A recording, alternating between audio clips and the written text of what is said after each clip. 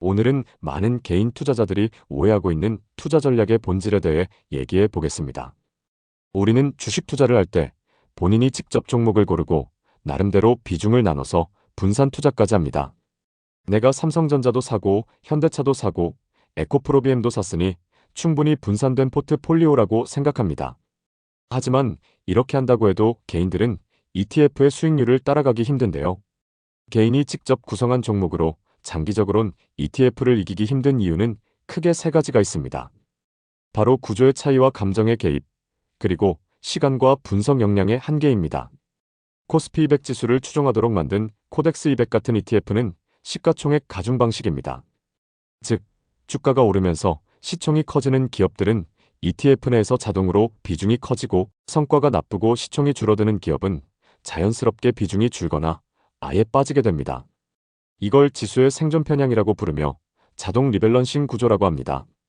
좋은 기업만 살아남고 자동으로 더 담아주는 구조, ETF는 이걸 분기마다 혹은 반기마다 자동으로 실행해 주는 거죠. ETF는 감정이 없이 성과만 보고 기계적으로 비중을 조절하여 강자는 더 강해지게 만들고 약자는 도태시키는 구조인 거죠. 개인들도 나름대로 여러 종목을 나눠서 잘 분산한다고 하지만 이들의 포트폴리오에는 심각한 결함이 있습니다.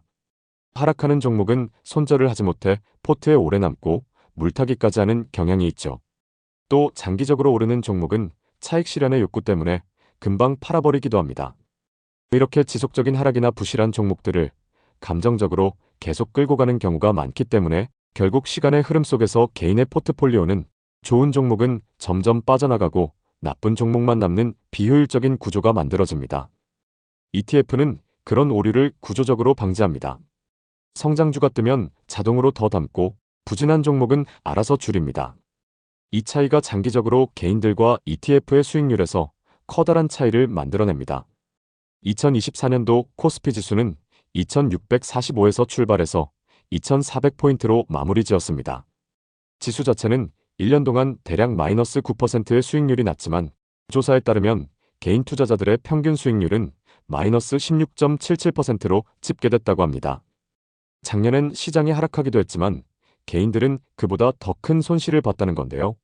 아무리 시장이 좋지 않았던 작년이라 하더라도 ETF를 선택했다면 수익률은 마이너스 8%에서 9% 수준으로 방어가 됐지만 결국 개인들은 비효율적인 선택과 심리적 편향으로 인해 시장이 하락해도 평균보다 더 큰 손해를 본다는 말입니다. 이번엔 삼성전자와 하이닉스의 사례를 볼까요? 지나간 결과만 놓고 보면 우리는 이제 답을 알고 있습니다. 삼성전자의 비중은 줄이고 하이닉스의 비중은 늘렸어야 시장 평균 혹은 그 이상의 수익률을 따라갈 수 있었습니다. 하지만 정작 개인 투자자들은 어떻게 행동했을까요? 지난 1년간의 투자자별 매매 동향을 보면 개인들은 주가가 정체된 삼성전자를 꾸준히 매수했고 반대로 주가가 강하게 상승한 하이닉스는 오히려 매도하는 모습을 보였습니다. 결국 개인은 성과가 저조한 종목의 비중은 늘리고 성과가 좋은 종목은 줄여버리는 비효율적인 투자 패턴을 보인 셈입니다. 개인들은 믿음의 종목이라는 착시에 빠져 성과가 저조한 기업들의 주식을 계속 사는 경향이 있지만 ETF는 그런 감정의 영역을 배제하고 기계적으로 강자를 더 매수하고 약자는 비중을 줄이기 때문에 개인들처럼 비효율적인 선택을 할 가능성 자체를 차단시켜버립니다. 그렇다면 왜 많은 개인 투자자들이 시장보다 낮은 수익률을 반복해서 경험하게 되는 걸까요? 사실 그 이유는 지식보다는 심리에 있습니다. 사람은 확정된 손실을 피하고자 하는 본능적인 심리가 있습니다. 똑같이 100만 원이라도 벌었을 때의 기쁨보다는 잃었을 때의 고통을 훨씬 크게 느끼죠. 그래서 손실이 난 종목을 보면 지금 팔면 손해가 확정되잖아 하면서 계속 들고 가게 됩니다. 하지만 이런 식으로 미뤄둔 손절은 나중에 더 큰 손실을 부르게 되는 것을 알면서도 계속 미루게 되죠. 반대로 수익은 빨리 확정하고 싶은 심리가 작동합니다. 조금이라도 이익이 나면 떨어지기 전에 일단 팔고 보자 하는 마음이 앞서죠.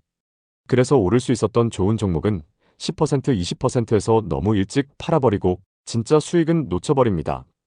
결국 이익은 작게, 손실은 크게 가져가는 이 구조가 개인들이 ETF를 이기기 어려운 이유죠. 또 사람은 내가 고른 종목은 믿고 싶은 심리가 있습니다. 주가가 떨어져도 이렇게 생각하죠. 이 종목은 원래 저평가야. 내가 틀렸다는 걸 인정하고 싶지 않기 때문에 본인의 판단을 자꾸 합리화하게 됩니다. 결국 이런 심리적 요인 때문에 하락 종목을 놓지 못하게 됩니다. 개인은 대부분 뉴스가 나온 다음에 사고 하락이 본격화된 다음에 공포에 팔게 됩니다. 시장보다 항상 한 발 늦게 움직이는 거죠.